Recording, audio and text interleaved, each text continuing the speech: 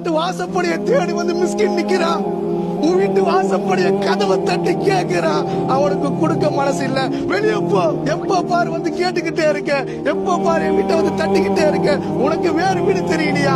என் வீட்டுக்கு தான் நீ வரணுமா? தூரப்போ வெளியே போறவங்க கேட்டு வந்து கையேந்த கூடியவர்களும் துரத்தி விடுறோம். நாளைக்கு மறுமையில அல்லாஹ் நம்மள துரத்த மாட்டானா? முஹம்மது ரசூலுல்லாஹ் ஸல்லல்லாஹு அலைஹி வஸல்லம் அவர்கள் பிறப்பதற்கு முன்னால் தந்தையை இழந்தார்.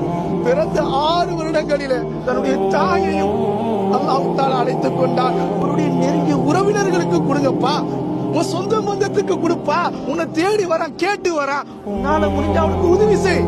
தாய் இல்ல, தந்தை இல்ல, அனாதைகளாக பிள்ளைகள் இன்னைக்கு தவிக்குதே.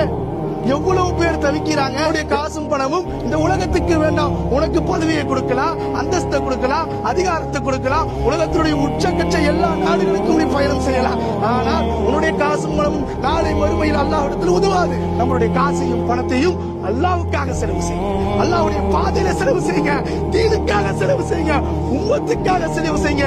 எத்தீம்களுக்காக செலவு செய்யுங்க. இல்லாதப்பட்ட மக்கள் கேட்டு வந்தா இல்லன்னு சொல்லாம கொடுங்க. நீங்க இல்லாதப்பட்ட மக்களுக்கு உதவி செய்து பாருங்க. 1க்கு 10ஆக, 10க்கு 700ஆக, 7 லட்சமாக, 7 கோடியாக அல்லாஹ் கொண்டு வந்து உங்களுடைய கால்ல கொட்டுவான். இது நிச்சயம், இது சத்தியம்.